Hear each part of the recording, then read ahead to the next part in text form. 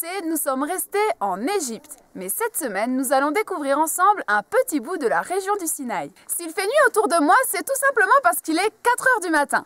On n'a pas beaucoup dormi cette nuit parce qu'on ne voulait pas te faire manquer une expérience assez magique, celle du lever du soleil sur le mont Sinaï. Je te promets que tu ne vas pas être déçu par ce mélange de couleurs sur ce paysage de montagne et de désert. Allez, assez parlé, le soleil ne va pas tarder à pointer son nez.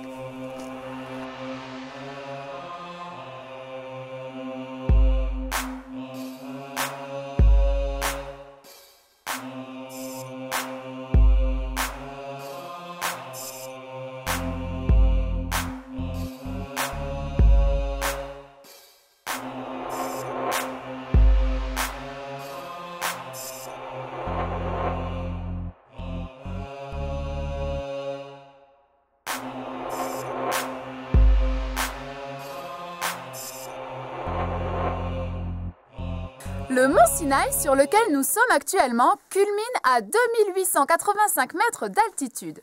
Cette montagne est très particulière. Elle est vénérée à la fois par les chrétiens, les musulmans et les juifs. En effet, ces trois religions sont d'accord pour dire que c'est ici que Dieu dicta ses 10 commandements à Moïse. Ce n'est pas très loin d'ici que nous allons poursuivre notre série autour du patrimoine mondial de l'UNESCO. Suis-moi, on va découvrir le monastère Sainte-Catherine.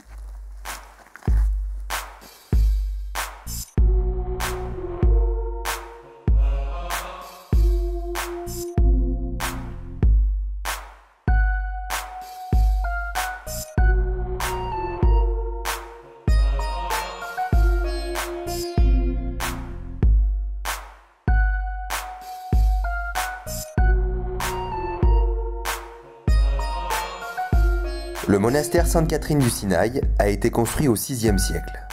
Il est composé d'une forteresse, d'une basilique, d'habitations pour les moines et d'une chapelle.